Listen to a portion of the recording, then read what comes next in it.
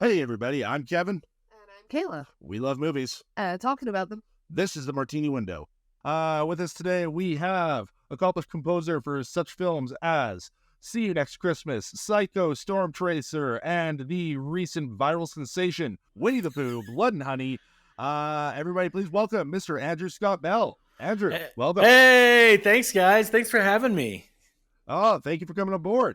We're big fans of the movie. We loved Winnie the Pooh, and you and I have been talking on Twitter for a little while, so I wanted to actually hop you on board because you got a lot to say about a lot of different things I've noticed, and also you're the inventor of the honeycomb violin. Yeah, the beehive violin. Is that what it's called? The beehive violin? Okay, that's what I've been calling it. Though, real quick, I'm not the inventor of it. I'm just the one who, I'm just the person who thought to use it in a film score. The inventor of it is this really incredible experimental luthier named Tyler Thackeray. He goes on Instagram as @violin_torture, and his content is, if you play the violin or are in at all the classical music scene, his content will be like vomit inducing for you because he like destroys violins in the most fun way. Like, what would happen if I what would a violin sound like if I filled it with Jello and tried to play it? Like that kind of fun stuff, And so when I signed on to Winnie the Pooh, I remembered a New Yorker article that was written about him. And one of the sentences was, quote, "For example, I put a violin inside of a beehive just to see what would happen." So I reached out to him and I said, like, "Do you still have that violin?" And he said, "Oh my God, I forgot all about it."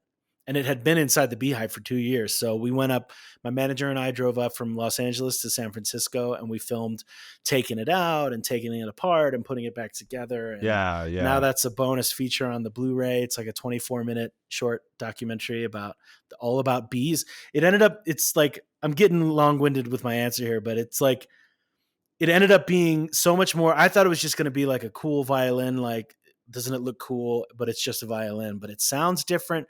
And then the movie, the little short film movie that we made, like, is really educational about bees. And I've seen it.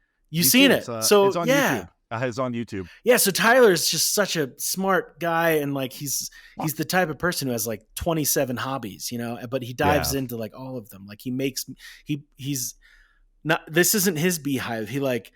People pay him to like take care of their beehives. So he'll just go from over to their house and like make sure the bees are okay. And then they get all the honey and he gets like a little bit of honey, and he goes and then he takes that honey and he makes mead with it. And like, so he's just like, a master. You know how they say like whatever, something, master of none for people who have a lot of hobbies. Jack of all trades. Master. He's like a jack of all trades and a master of all of them. Like, he's just such a brilliant guy. I will say I was sad when I heard about what happened to Eeyore. Eeyore was my favorite. I mean, I would love to see. I when I first thought of this movie, I didn't think of this movie, but when I was first asked to score this movie and I was thinking about the movie, I was like, and I know I've heard Reese say this too, so maybe he said it and I was thinking of it too. But like, how would you make, this is very much Winnie the Pooh, Blood and Honey. I've seen some criticism that's like, oh, it's just dudes in masks. And it's like, it's kind of a throwback to the 80s, like, killer clowns from outer space, which are just dudes in masks. You got to suspend your disbelief like a little bit more than we are asked to do so with all the modern CGI techniques now. But it's really a throwback to that era. And like, how would we have, on a micro $50,000 budget, how would we have an Eeyore live action? Would it be like two dudes and like, with like the legs, you know what I mean? Like, trying to imagine it. But then I don't know if it must have been a podcast or something, but somebody had this really cool idea that was like, make him like a Jabba the Hutt, like immobile creature. And I was like, oh, that would have been cool. He's just like big and he's just like laying there and he can't move anymore. His tail would probably be like a spine brace with a rusty nail or something in it. Oh, yeah. Well, a little spoiler, he is kind of present in the movie, not just in the animation, but there's a scene where Pooh whips Christopher Robin with Eeyore's tail, and people have said, like, I try to digest all of this because I don't know when the next time something like this is going to happen in my career. So that's why I'm just like, I like to engage with fans. I like to I take this moment because really this could be, it's a once in a lifetime moment that I've had a movie that is spread across the world like this. And I'm trying not to I'm not a person who wants to take something like that for granted. So I've seen really people take say it all in, right? Yeah. And like meet all these fantastic people who either appreciate it or, I mean, there's plenty of great jokes at our expense that are, if you're not thick skinned, you might be offended by, but that are just funny. Like it's been fun to read everyone's criticism, feedback, so long as it's not constructive or aimed at the filmmakers, it's been great.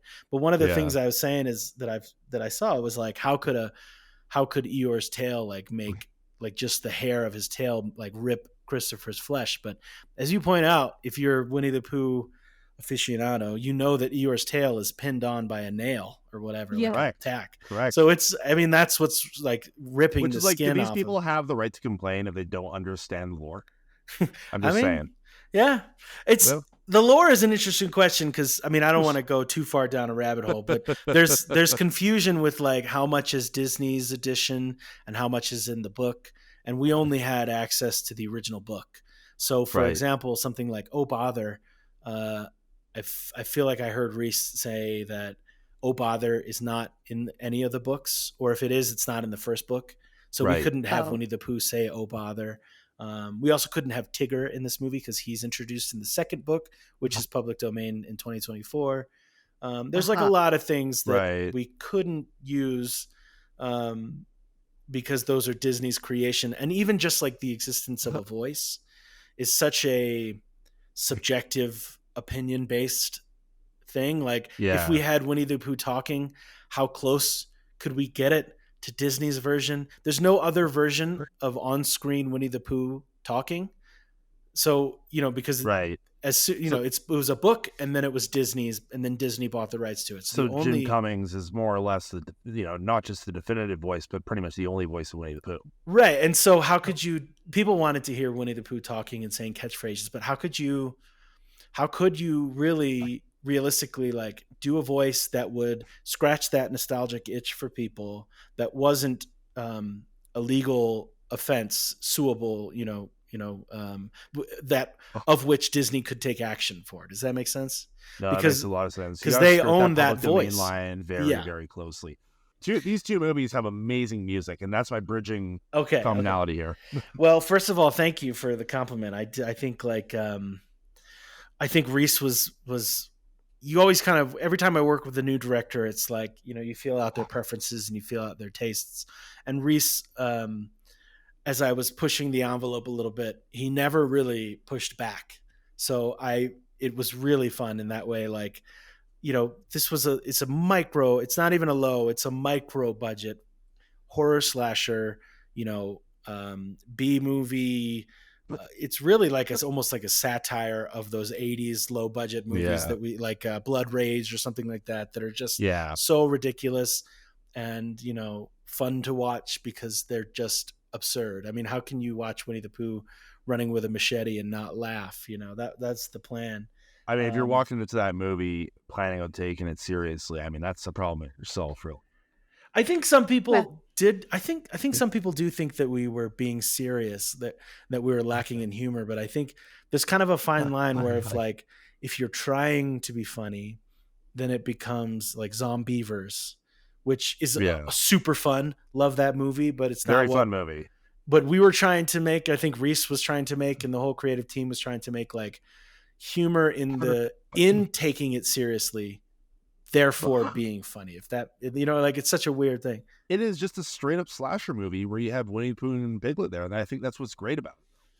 I actually found that I really liked the set design because it almost leaned into more of a Texas Chainsaw Massacre style of, where a lot of the kills in that took place. Yeah. And I felt that, that really visually put to me, this is the kind of movie I'm watching. I love B movies. I love that kind of thing. I felt like the set was okay, this is what we're in for. This is great. Yeah, exactly. Yeah, that set is a lot of fun. I don't know. I don't know how much of it was there previously because I know they rented some Airbnbs, but I'm sure they had set dressing and stuff. I met the makeup effects artist.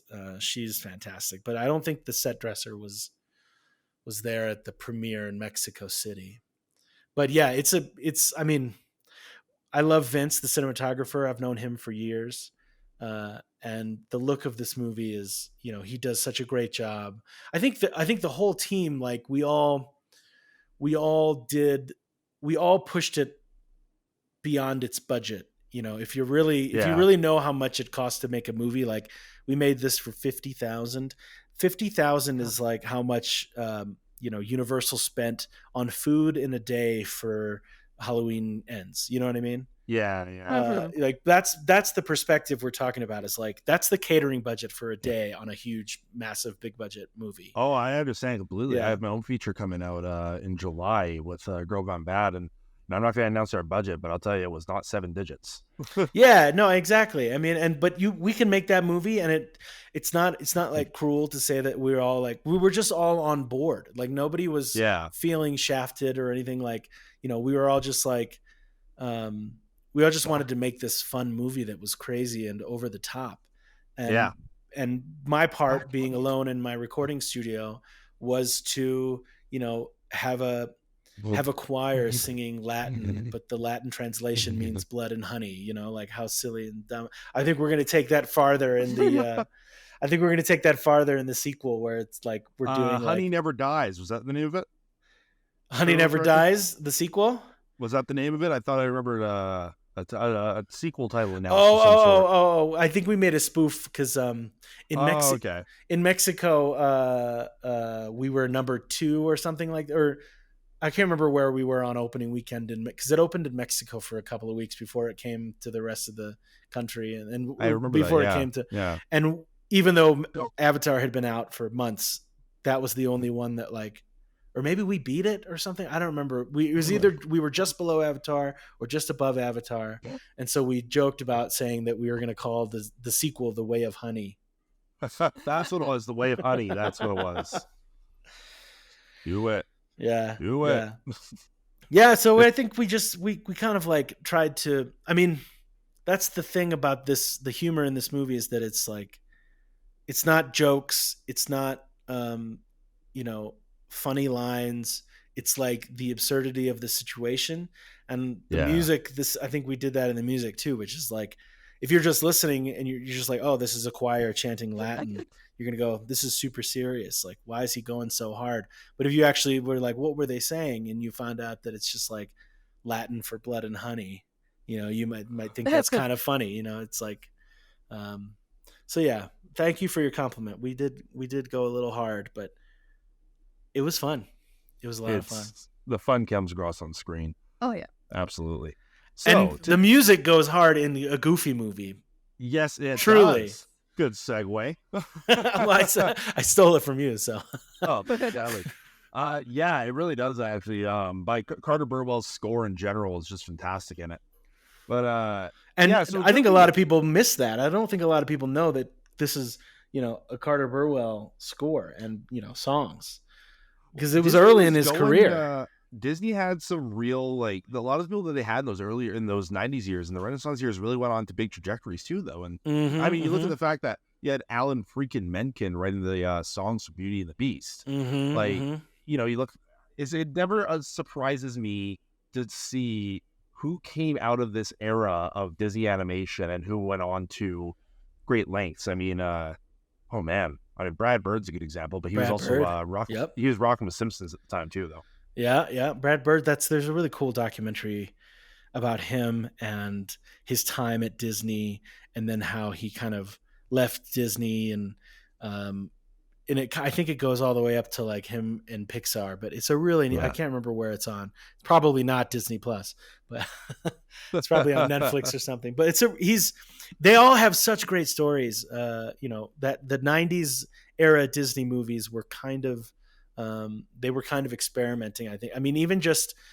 this isn't, I mean, it's lumped in with the 90s because I think it's 89, but Little Mermaid was such a risk, I think, taking, because at that time, Howard Ashman and Alan Menken had done a couple of things, but most notably, and it was off Broadway. It wasn't even like a huge Broadway smash. It was like, down the street was Little Shop of Horrors, like this at that time, a really indie little. Yeah. And I can't remember if the movie came out first or whatever. That might have happened. One of our favorites, actually. When did the movie come out? Did it come out before? I think the movie came out after the stage musical. I think 1986. Okay, so they had a big movie. Then it's less of a risk than I was thinking. Yep, 1986. Yeah, right. So it's maybe less of a risk, but still, like, to bring those guys on from that movie to do like a Disney cartoon, I think is like a big swing. To bring like the murdering plant guys to come and do the Little Mermaid. I agree. No, I agree completely. And it's a little bit of a weird note to that. Alan Menken also went on to write, and I kid you not, the opening musical number from Seth Rogen's Sausage Party. Oh, really? That was an Alan amazing. Menken song. That's crazy. That's awesome. He has such a storied career. I was just nostalgia thinking about the Hunchback of Notre Dame and how that's like one of his masterpieces in terms of music, musical, like the way that he uses music from Catholic liturgy and stuff like that in that soundtrack for a kid's movie. And it's so dark. It's so heavy. I actually find that Frollo's villain song is like, when I was a kid, that was the scariest villain song I heard when he was singing Hellfire. Yeah, Hellfire, dun dun dun. And actually also like that Hellfire theme.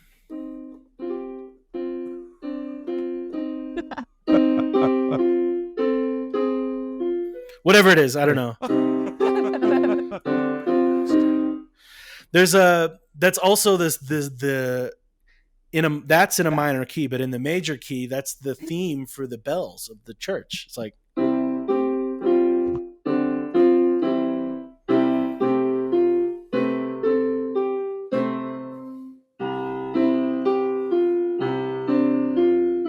it's a really cool score. You can just see how he was just like molding, like he was playing with his thematic. He always does this. Many great composers do, but you can just in that one really feel how he sees his musical themes as not firm objects, but like clay that's moldable and malleable that you can stretch and move into different scenes for different emotions. And people like John Williams are one of the best at doing this. He'll have like Marion's theme or something that's clearly normally a romantic theme, but then he'll use it in a different scene that Marion's not even in because it's malleable, because it moves. It's not just Marion's theme, or this isn't just Hellfire. It's it's bigger. It's all of Catholicism, or like he's playing with it in a bigger way. Kind of making them the music a part of the storytelling. Oh, absolutely, very big sense. I feel like most music's job is to do that as a composer, though. But I'm not a composer, so maybe I'm talking out of one ear. No, it absolutely is. Yeah, Kayla, what were you going to say?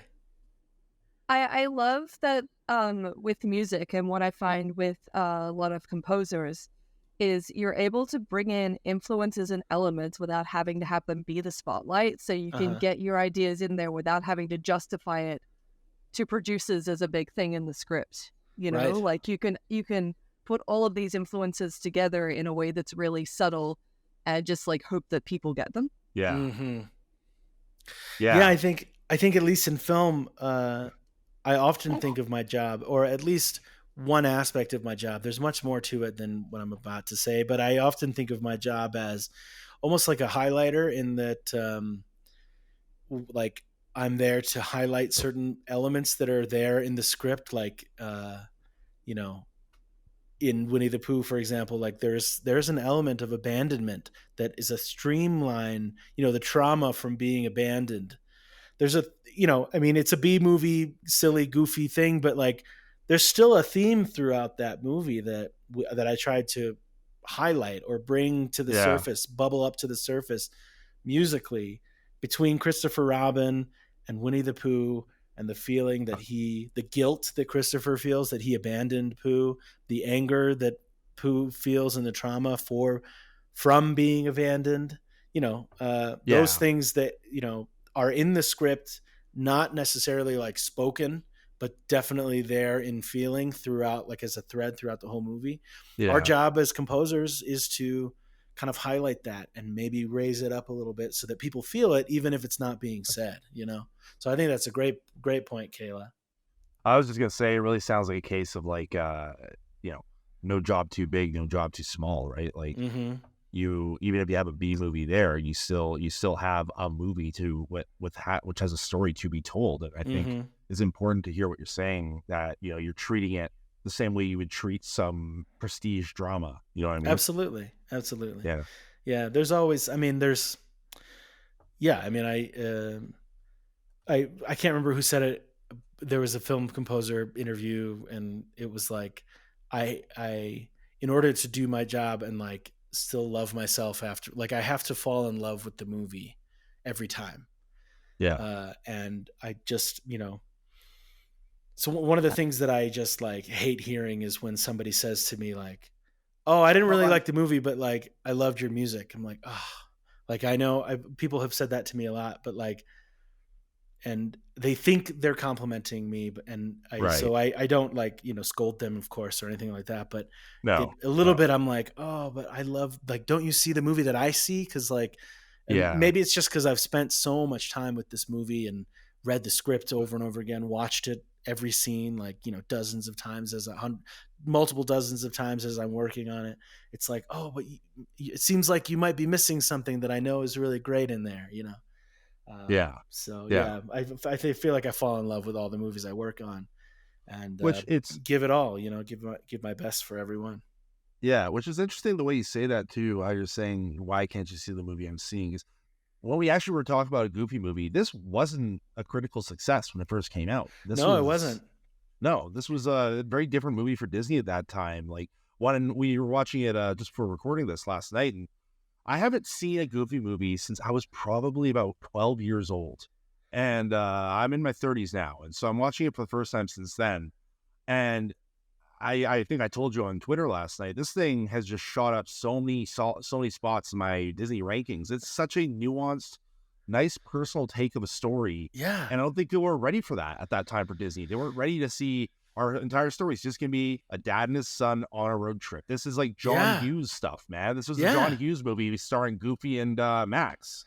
Absolutely. I think it opened, opening weekend, it opened number 2 to Bad Boys, of course. Because that was, or Bad Boys 2, I think maybe the sequel. Well, I mean, it's Bad Boys. It's Bad Boys. It's Will Smith. It's amazing. It's amazing. Yeah. But then the other problem it faced was, I think a month and a half later was Pocahontas coming out. So like everybody who was going to see one Disney movie that year or whatever, like similar to I think the Solo movie had the same problem, which yeah, like they changed the release. Actually. Love that movie. It's such a fun, like Indiana Jones kind of treasure hunting or something, kind of movie. It's super fun. Yeah. So it did have some problems, but you're right. I think people weren't ready for it, or didn't really know what to expect. Though I have my theories on this movie and why it hits so well, and we'll get into that, I think, a little bit later. I want it to happen more naturally, but even though it's like so different from Beauty and the Beast or Pocahontas, where there's like a love interest and a villain that you have to kill and defeat at the end, it's not that movie at all, but it still follows the musical formula of the Disney Renaissance that I think is fantastic. And the characters, like you were saying, there's a love interest, and there's all those like hallmark points of that kind of movie. I find that the characters in this are written to be very nuanced. Mm-hmm. I like that Roxanne, when she's doing the aerial thing, gets her hands caught in her hair, and she's also a really awkward teenager. Mm-hmm. Yeah. And in another movie, she would have just been perfect. She would have been the popular girl who didn't do anything awkward. Right, and I don't think she, it's interesting too, because like I don't think she is the popular girl, because in that opening number, which which if you're a Disney fan or a musical theater buff, you know that like almost every musical ever in the history of the world starts with an opening ensemble number to establish like, you know, the feeling and energy of the the musical, the show, or the movie. And in this one, it's the, you know, after today our brains will be snoozing, right? That opening number has some, like the whole span of like all the cliques. Like they've got some goth kids, they've got the popular girls, you know, they've got the jocks. So like if you see the whole school, like I don't think Roxanne is like the popular girl, you know. She's maybe like a little bookish. She's friends with the valedictorian, you know. She definitely seems a little bit more academic than anything else. Yeah, and I think you're right, Kayla. Like in any other movie, she would be like the cool kid, hot, you know, hot chick or whatever, you know, that stereotype that is in so many of those movies that the goofy kid is crushing on and sees as unattainable. But really it's just like he's just shy about this girl that he likes, and she's not like the top of the popular team, you know what I mean? She's just somebody that he likes, and I think that's really nice. And the first time you see her, she helps him up after some kids are bullying him. Right. And they're both very shy. It's very sweet. They're both very shy together. He does that laugh and she, you know, he thinks it's so terrible, you know. But in reality, it won her heart. I know. It's such a sweet movie. It's such a sweet movie. And Caleb, onto something too. Like the one thing I found about this movie, for a Disney movie especially, these are very realistic teenagers compared to a lot of what you saw in the era, what you see now. For a lot of movies, like they're all very nuanced. Like Caleb said, none of them are perfect. They all seem to have these little bookish flaws. They all seem to have bits about them that show that they're going through that awkward phase in life that literally everybody goes through. I think it's very fascinating because I have to wonder if maybe that's part of the reason why, as a kid, I honestly didn't like the movie as much. I think that may be why, is because I didn't fully grasp some of the nuance of what the movie was doing in its storyline. A movie made by adults that was realistic about high school, that is something you have to go through high school to fully understand what that's like. You know, like as a kid, you're like, all of the movies are just like, you know, 30-year-olds playing teenagers. And so you don't have a realistic idea of what high school is going to be like until you get there or have lived through it, you know, like Superbad, for example. Or then there's those of us who got to see this movie after getting to know Max through Goof Troop. Right. So there's the extra level of rug pull there. Right. There's so much, like I didn't watch Goof Troop, so I only ever watched this movie. We had it on VHS, and man, if I tell you, that thing is worn out. But even still, like revisiting it as an adult, like you see like, oh man, like Goofy's a single dad. They don't really get into why, you know, it's not necessarily like an important subplot or anything. He's doing his best. He's making his lunch for his kid. He's picking up his laundry. Like he's, you know, working at the mall, taking pictures, and he's doing his best as a dad. And you're just like, that's a part that I didn't really notice when I was He's essentially a working class hero. Yeah. Like, yeah. As an adult, you really see Goofy's perspective. You're like, maybe take your kid into the house and ask him why he doesn't want to go and talk about it first. Right. But you see that he genuinely just wants to spend time with his son, and he's worried about his son. Yeah. But you see, the problem, as Ryan George would say, is that if they talk about that at the beginning of the movie, then the movie doesn't happen. Then it's a really short movie. It's a really short movie, and I'm sorry, when they finally have that talk, it needs to be on a floating car that somehow is going to operate in like 5 minutes later. That's floating down a river. Well, can we talk now briefly about like the musical numbers in this movie and the function that they serve? Please do. I think this movie is the smartest of the Disney Renaissance movies because there's not like a clear villain. There's not like a way, you know, at the end of the movie, there's not like a throwing Scar off of Pride Rock. I win. The hero wins the day. You know, the conflict resolution is very different at the end of this movie. But like, so for example, the opening number is a big ensemble opening number, and it's everybody singing how excited they are that it's the last day of school and what they want to do with the summer. And everyone's, you know, everyone's wants are superficial. I want to up with the comics. I want to read comics all day. Somebody says I'm going to want to live at the pool, or going to live at the mall, hang out at the pool. The bus driver says, I'm going to sit on my butt. Everyone's talking about what they want to do. The movie. Yeah. But then Max's I want to be noticed. I want to be more than just a goof. I want to stand out. He has a couple of moments during the, she looked right through me and who could blame her? Like, I need a new me just some positive proof that I'm not just a goof. Like his I want is a little bit deeper, which makes us connect to it. But this function of like an opening ensemble piece doubling as the I want song.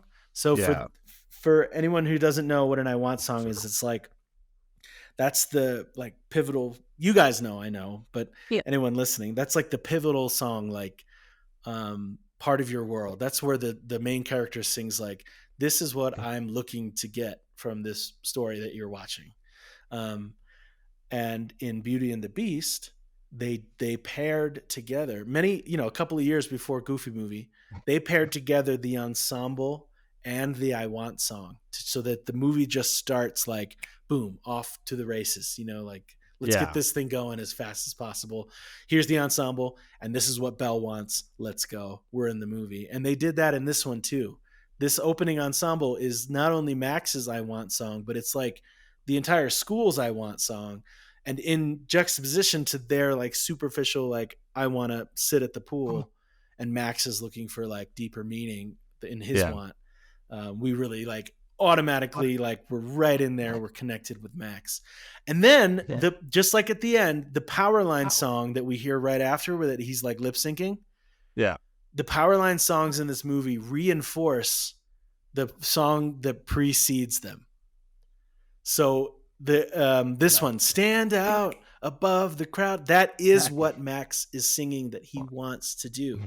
That Powerline song is reinforcing his I want in the opening number. It's really cool. That's fascinating.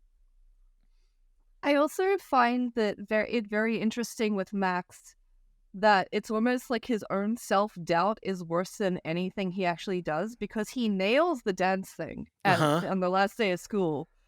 He doesn't have like a localized group of bullies who are just teasing him. They're just teasing him because he's unpopular. But those same people see his dance number and they're like, hey, you're one of us now. Yeah, you're cool. Hey, you got it. Yeah. Yeah, which is honestly, it's like, again, as I go back to how I was saying how I last watched this when I was far younger, having been through high school, 15 years on now. Yeah, it's crazy to see how well they kind of hit the teenage experience in a lot of ways, and how perfectly they nailed like the subtle feelings you have. Like Max's deeper meaning, I think, is one of those things that we really do. Like most people, I think, felt this at some point in their life growing up. Most people, at least most people in a somewhat good situation, right? I mean, they probably felt this at some point in their lives, and to see an entire movie based around this, while combining it with, I'm not a parent, but combining it with Goofy's need to have that one last time with his son and make sure he's doing a good job as a dad. His entire motivation being trying to make sure his son stays out of jail in the most goofy way you could think of. Yeah. It's just beautiful when you're seeing it from the outside looking in. You're seeing that now after having had all this experience that Max has now had and just seeing the level of it. Like, there's really two perspectives to this movie, and it came at a time in the 90s where things were really changing, and they were trying to be more hip with a lot of this. If you look at a lot of the dialogue of the time, the clothing of the time, compared to other things they were doing in Disney, and they were really trying to attract. And when you realize too, this was released in '95. I mean, smack dab in the middle of the decade. Yeah, tapes. It's kind of a nostalgia bomb movie because there's like cassette tapes and landlines and Cheese Whiz, and like and all Pauly Shore. Pauly Shore. Everyone probably, when they meet him, would like quote other movies, and I would come up and go, Leaning Tower of Cheese. It's so funny because when I've told people that, we're doing a Goofy Movie with the composer from Winnie the Pooh, Blood and Honey, the very first thing they do every single time is, all right, leading tower of cheese every single time. So I think this is just ubiquitous, actually. Yeah, that's true. He probably gets it all the time. I think I'm like Oh the only man. one, and he. No, man. Oh geez. If any younger people wanted to know like what stereotypes in cartoons existed in the 90s, just watch this movie. That's true. That's true. Yeah, that is absolutely true. The Ferris Bueller run in the beginning of it. Oh man, and I go back to what I was saying about this being a John Hughes movie with Goofy and Max in it. Like the opening scene alone being a complete homage to Ferris Bueller was Oh, perfect. for sure. You know, I never Like- noticed that. That's cool. Oh yeah, and it's actually funny because we had just watched Ferris Bueller beforehand for another episode, and so Oh, wow. literally those two movies side by side, and so to see the parallels with the John Hughes era was something else. It really right down to is. It really is. Yeah. Like it's a road trip. John Hughes. It starts in high school with all the stereotypes. You know, the jocks, the Yeah. cheerleaders on the bus with the goth girls are like, no more pep rallies to skip. Blah. You know, it's very fun. Yeah. But then he comes home from this like Max comes home from this big. He's got a moment. He's cool now. He's gonna get what he thinks he needs. It's like Yeah. these I Want songs are what the characters want, but not what they need. Always in the good musicals. Yeah. So he thinks he needs. So he's been invited to the party, and they're gonna go watch the Powerline concert, and that's when he's finally gonna like smooch Roxanne or whatever we wanted as Yeah. teenagers. The peak thing that Disney teenagers want. Yes, exactly. And he gets home and Goofy's like, we're going on a trip. And one of the things we learned from not only the I Want song, but that opening like nightmare where Max turns into Goofy is he's afraid of becoming his dad. And like, it's not just like I'm taking you on a road trip because I'm worried about you. Yes, that's true. But it's also, this is what I did with my dad, and you're going to use the same fishing pole that I used. And here's my life vest from when I was your age. And we're going to take the same route that I took. And it's like, it's this existential dread that Max is feeling, like you're trying to turn me into you. And that's the every fiber of my being doesn't want to be you. So in this function, like as we just had all this, it's very clear that Max is the main character of this movie, which is silly because it's called a Goofy movie, but it's like through the lens of Max that we really experience most of this movie. And then in the middle, we start to get a little bit more Goofy, Goofy's perspective with, when they're at the hotel and he's, with Pete's intervention on the whole thing. Yeah, under your thumb, Goof, which I think is another great perspective of this movie, by the way, to see how, I equated it to like a Homer Simpson, Ned Flanders type scenario where it's like between Pete and Goofy, at least in the series, they kind of had a Homer and Ned scenario, but really like reversed, right? Yeah. Yeah, like that's interesting. It's not 1-to-1, but you see how Max, his relationship with Goofy, like he may not be the same dad Pete is, and Pete might have PJ under his thumb, but he doesn't have his love. You know what I mean? He doesn't know what's going on in his life. He doesn't. PJ's not going to come to him and tell him. He fears his dad. He doesn't. He doesn't respect him. Like how many times do you hear in the movie? Oh, my dad's going to kill me for this. My dad's going to. It's. And it's again, what's his name from Ferris Bueller? Yeah. It's Cameron from Ferris Bueller.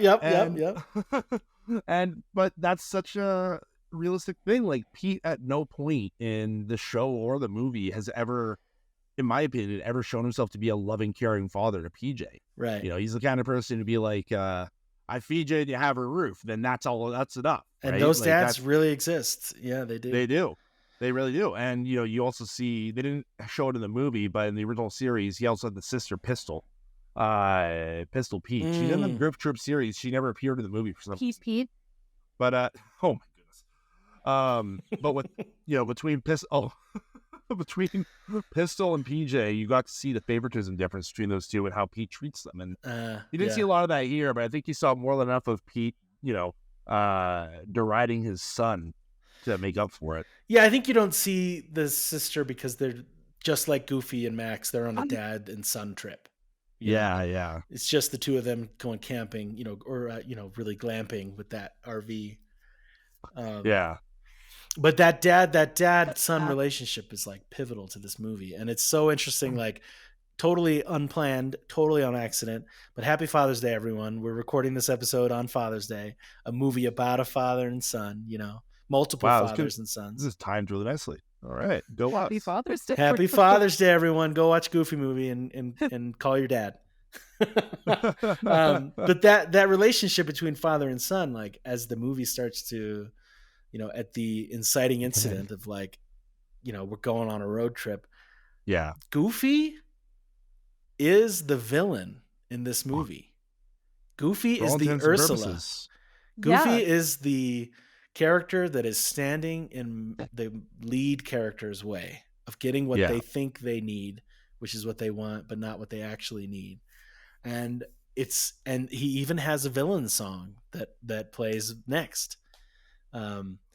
It's an On the Open Road song, but it's still presented in conflict through Max's eyes. There's this like, do you need a break from modern living? And like, but Max wants to go to his friend's party and watch a Powerline concert on a big screen TV. Like Max does not want a break from modern living, And there's this part of that song where even though they're singing the melody, they're both singing the melody. Da, da, da, da, da, da. They're singing incongruently. They're like, Goofy will sing the da da da, and Max was I'd all in all, I'd rather be a toad. Blah blah. And they're not singing together. They're not in sync together. So it really functions as this like, I don't want to be here. You're like making me go on this trip. You're the bad guy. He gets his own villain song, but it's like if you're not looking at it through that lens, like it's just a fun musical number on a road with like all these goofy characters, like a corpse like pops out of a hearse, starts saying like, but it functions narratively, I think, as the villain song because it's like even in the same kind of, maybe a little bit earlier than Ursula's, but I think it is like right around the same. You could look and like within a couple of minutes, it probably plays at the exact same time that like Poor Unfortunate Souls plays in Little Mermaid, for example. That's true. And it's, that's what I mean when I said earlier that like, even though this movie feels like it's completely different from any other Disney Renaissance movie, they found a way to do that within the Disney Renaissance musical theater formula that they've created during the late 80s and into even still today with Frozen. It's true. Yeah. You are right. Like, it does follow that structure pretty well, exactly as you're saying. And even within that song, if we were to treat it as Goofy's villain song within this movie, you didn't see visual reminders of why he's doing this. You got the convict going by in the paddy wagon, giving you a moment to be like, remember, he's not doing this because he's vindictive. He's doing this because he loves his son. Right. So it's like you still can't treat Goofy as an all-out villain because you kind of want both of these people to get what they want. Right. And that's what you were saying, Kayla, about these characters being far more nuanced than, Scar or, Iago, not Iago, in Aladdin, Jafar, who just like want to take over the kingdom and for just purely evil reasons. They're just bad. It's black and white, clear cut. It's Darth Vader and Luke Skywalker. It's isn't that. It's like characters with depth and different needs that go beyond just like I want to rule. Yeah, I definitely agree with they seem to be people with conflicting needs. So no one's from their own perspective, they're all kind of the hero of their own story. But you were speaking about a villain song, and this isn't really technically the villain song, but one scene, the sound design really got to me, and I felt really horrible for Max. It was when Goofy takes him to the Chuck E. Cheese place in the country, and then and Max just feels humiliated, and you hear the sound and the laughter and everything going louder, and him just kind of zoning out. It's almost, as a teenager, I remember feeling this way about things. They really use the sound design and the animation in that scene to make that like a very horrible song for Max. Yeah. Very overwhelming purposely. He really feels that, and we really feel that with him too. It is overwhelming. Yeah. Yeah. And the whole tone of the movie shifts at that point, doesn't it? It becomes like, even though there's some silly things like, Bigfoot and stuff like that happen Yeah. after. Which Like, I loved that whole sequence, yeah, by the yeah, way. Like, this movie did a good job of remembering that we are watching Goofy. Physical humor is his thing. And they did a great job. When the scenes come up, like when this movie's emotional, it hits you like a brick. When this movie is trying to be funny, you're laughing your ass off at like this vaudevillian level Buster Keaton stuff going on, right? Yeah, the old what do they call them? I know it's like Looney Tunes was Warner Brothers version, but the something symphony, silly symphonies, the old Merry Melodies. Merry Melodies was one of them. The silly symphonies, I think, was Disney's version with where Goofy is like I believe you're skiing right. and stuff like that. Yeah, but it has all of that, like like you're right, vaudevillian, like slapstick. That Goofy's just classic Goofy. But they really make sure to nail that though. Like this movie could have faltered on either side, and on both accounts, it just works, so well in marriage to each other. Yeah, it feels natural within the world of Goofy. You find yourself laughing, and it's like, there's little moments too. Even when he's proud of his son, he's inside the diner, he has to announce to everybody that he's promoting his son to Navigator. It's such an embarrassing scene, but you can tell that even Max understands the gravity of this. Yeah, and I mean, like what I was saying, like the after the possum scene, like the tone of this movie changes, and there's no musical numbers until the end when they have that heart to heart and they're sitting on like at the lowest point. But even then, like that triumphant moment of him giving him the map is like to us and to Max undercut because just the night before he sneaks into the car and changes the route with the pencil, and he knows this, and he's like taking the map duties after he just did this thing. Like the tone of the movie from the possum until they're floating in the car in the river is like a series of betrayals and like touching moments, all leading to like the biggest betrayal where he tells him to turn left. Where's the map? Tell me to go, Max. You're in charge. Even though Goofy knows which way it's supposed to go, he's like, testing, and Max chooses Los Angeles, and that's that moment. But and I think I like. Normally there would be a couple more musical numbers in between the villain song and the love song. Yeah, I guess there's that possum song, which I'm thinking like in Little Mermaid, the villain song, and then we have Les Poissons. Yeah. And I guess maybe the possum song is like that, though it's like earlier than Les Poissons is. I think the possum song, I do feel, serves a purpose narratively. Yeah. I mean, it's a fairly repetitive song, but it serves the purpose narratively, I think, more for what it does for the scene, what you see within Max's condition. Like, who wants to be near a possum? It's not even a pleasant thing to think about. Like, think of it as the same equivalent of, I'm sorry for all the listeners, but finding a mouse in your food. Uh-huh. I just saw Kayla. Kayla just gave me the worst face when I said that. Maybe in that way, it's like an extension of the villain song. It's like to reinforce Max's, the villainy of what Max feels he's being subjected to. And that's why it's earlier, closer to the other. Yeah, like you could be hitting the Disney goal right now of closed mouth kissing this girl that you knew in school, but instead you're at, which I assume is Disney teen goals. And instead, you're at this weird ass possum thing in the middle of the woods. Like you have everything kind of leading into that distortion of what the hell's going on. What I do love though is that after he gives him the opportunity to step up and be a navigator, you see how Matt changes it. So it's a lot of things that he wants to enjoy, but he doesn't forget about Goofy as long as he starts having balance. Yeah, like the big yarn and stuff. Yeah, like stuff like that, right? Yeah. But it's as soon as he started having the ability to have some independence that his father was giving him. Yeah, it's really nice, and it's Goofy kind of bucking Pete's advice. Like, I'm gonna give my son a little freedom. I'm gonna let him make some choices on this thing. I'm not gonna do what Pete is telling me to do.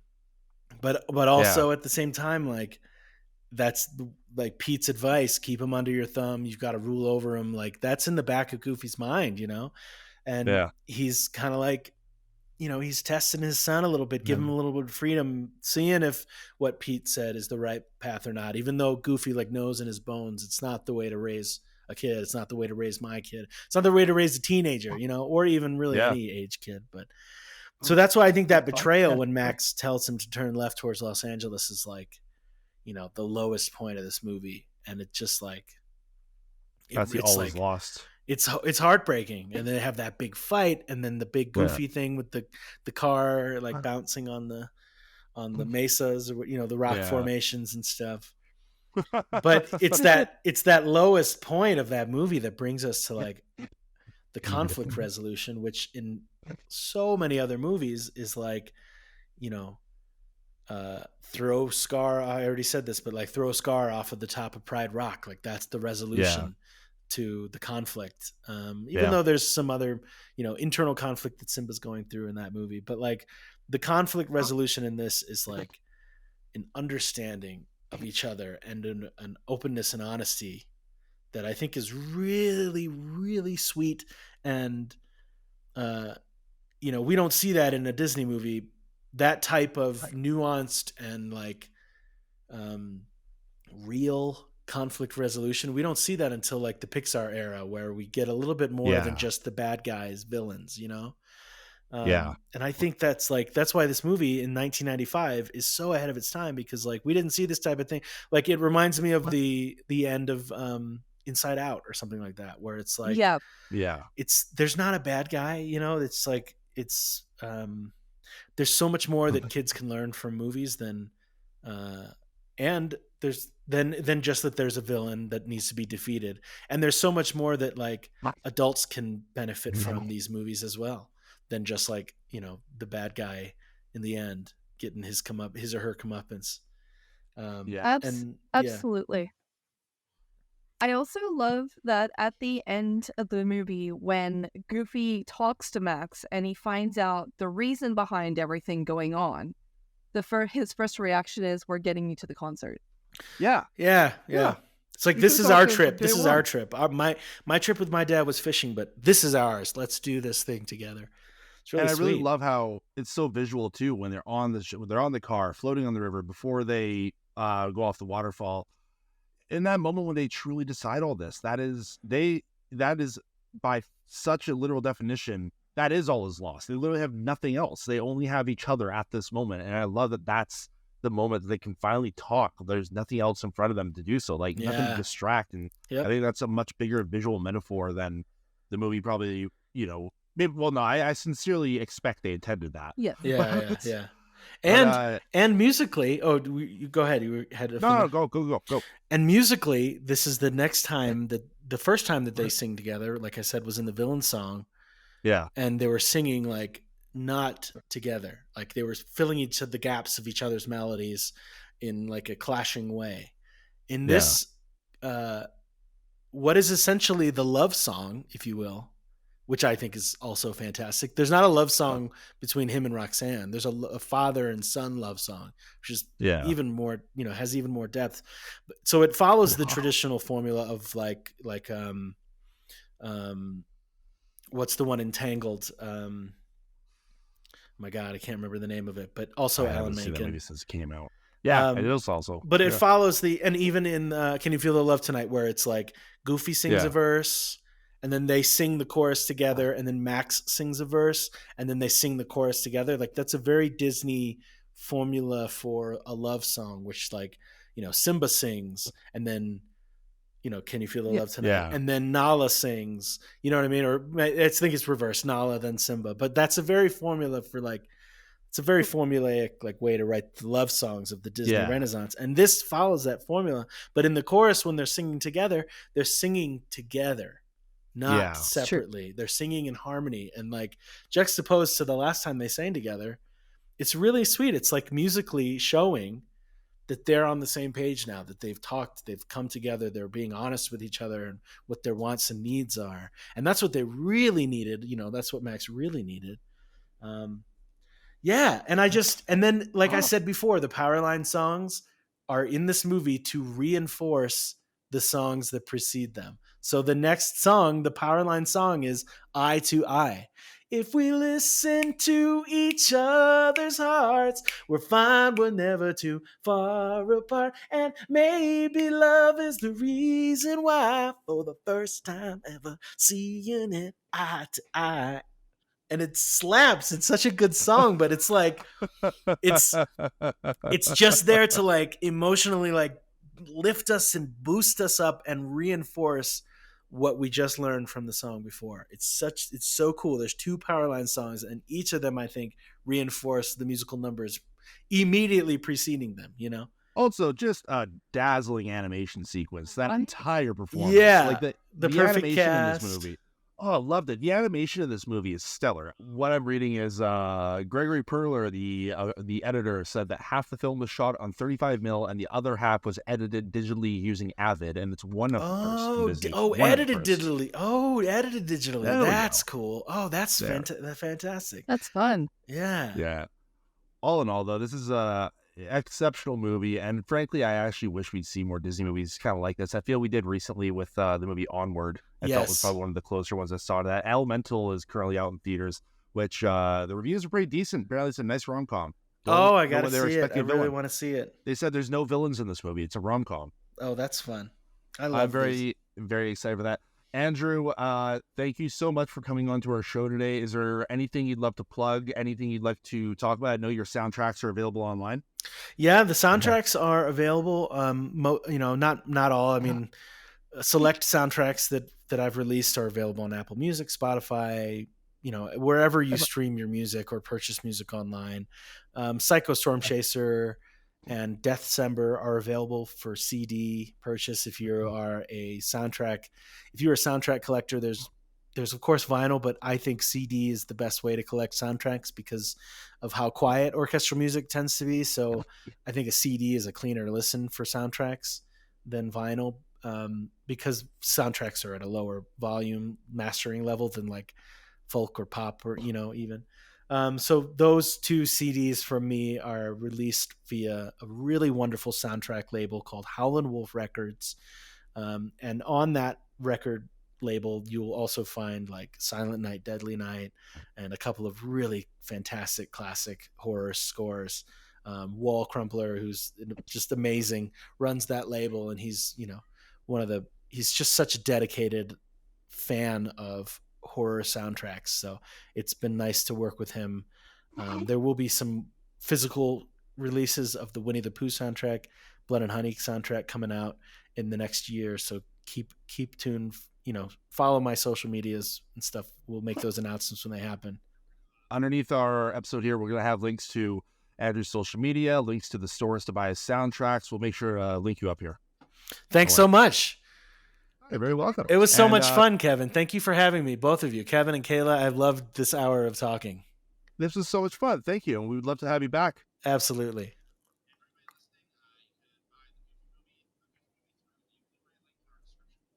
Andrew, thank you so much. Thank you. My pleasure, guys. Thanks.